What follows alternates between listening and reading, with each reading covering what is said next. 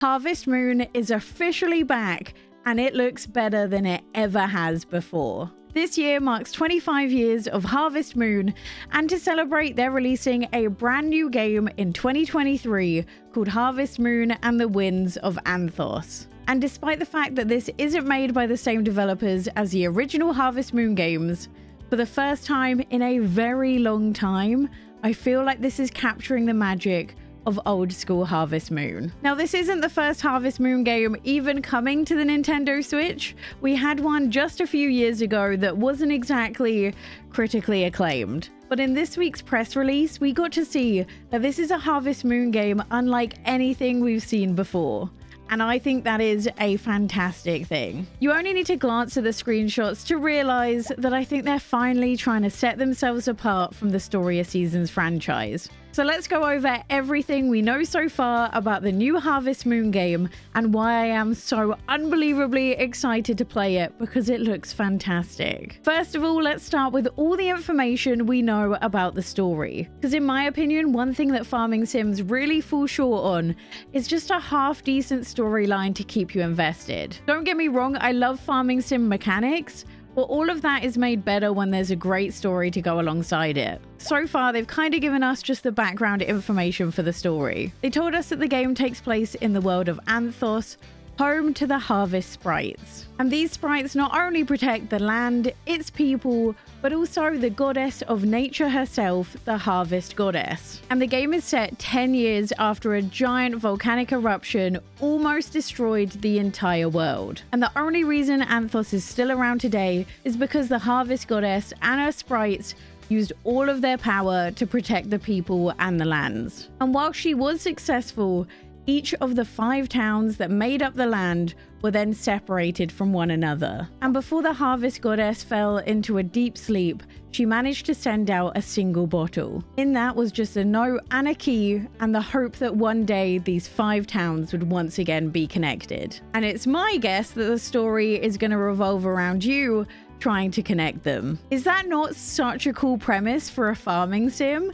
And the thing I love so much about the idea of this story is the fact that not only will you be tending to a farm, but this game kind of revolves around you needing to journey around the land of Anthos and go to each of these towns. Because they even stated in the press release that all of these towns are something you can explore and journey to. Going as far as to say each of them has their own seasons, terrain, and even villages. I absolutely love the idea of not only exploring towns, but also the areas between them. I find like things like fast travel so often take away from the journey of traveling, and I'm so glad to see it back in this farming sim. And they even mentioned that as you journey across the land, you'll find wild animals and also harvest wisps. Now, there's a few things you can notice from the screenshots that I think give us some further hints. Starting off with the screenshots of the town themselves, you can see what looks to be the name of a town and a star rating next to it. We don't know exactly what that is, but I'm hoping it's something to do with you carrying out tasks in each town, therefore increasing its reputation or how good it is. In which case, that would mean that you have 5 different towns to do all of this in, and that could be quite a lot of fun gameplay. And if you look at this screenshot, it shows us a few interesting things. The bottom right-hand side, we have a literal mini-map, and the left-hand side, we have a health bar.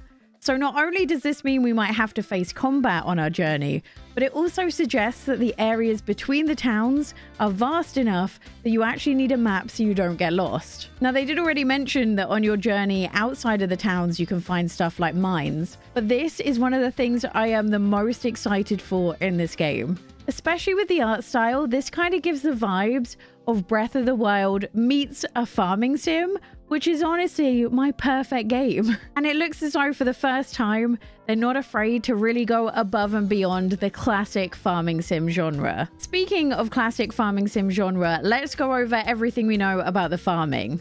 Now, they really didn't cover anything to do with the crops or the processes themselves, so I'm going to assume they are basically the same as classic farming sim and Harvest Moon games. They did mention livestock though, and can I just say, from the screenshots, I am such a fan of the animation styles they did for the cows and the chickens. They look so unbelievably cute. They also show a clip of you being able to pet your cow, which is something I love because if they look really cute, you should let me be able to pet them. That's the content we need, people. Also, they named their cow Milky. I love it.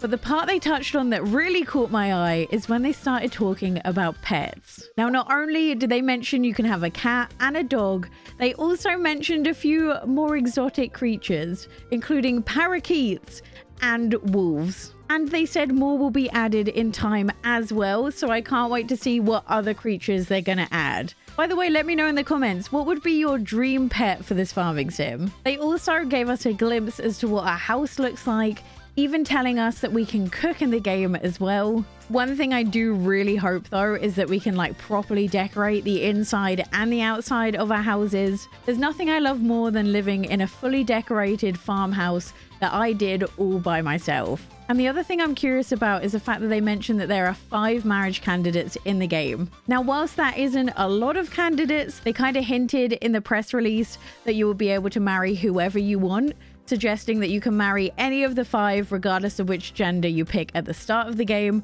which we love. But I also wonder if your house is going to be upgradable so that you can have like a family live in the farmhouse with you, because I would definitely love that. And while we're on the topic of characters, I really do love the character design they've picked for this game. Not only with the way we look when we're playing the game, but also when you get into dialogue. I just love the whole aesthetic. It's simple, but it's also pretty all at the same time. The only thing about this press release that they didn't really mention is the gameplay itself. Although I think there is maybe one hint. They say that Doc Jr. is back, allowing you to move your farm to wherever you want it to be. And as we know from the earlier part of the game, a lot of the game is going to be spent traveling between these 5 towns to get them reconnected. So I wonder if a large portion of the game is you kind of staying at a town, fixing it up before you move to the next one, and if you kind of move your farm to follow you to each of the towns. Because if that's the case, I think that's a fun way of keeping you occupied with the farming sim stuff, but allowing you freedom to do the story all at the same time. I really truly love the direction they've gone with the art style and also the story of this game, and I really hope this is a fantastic way to finish off 25 years of Harvest Moon, a franchise that got so many people into gaming in the first place. My only hope is that they keep kind of the story aspect going pretty strong throughout the whole thing, and that there's just a lot to do in the game. Also, although I don't think it's been explicitly mentioned, I have kind of assumed that giving Harvest Moon's relationship with Nintendo for all of these years, that this game is most likely coming to the Switch. Let me know in the comments down below what you're excited for, and I'll see you in the next one. Bye!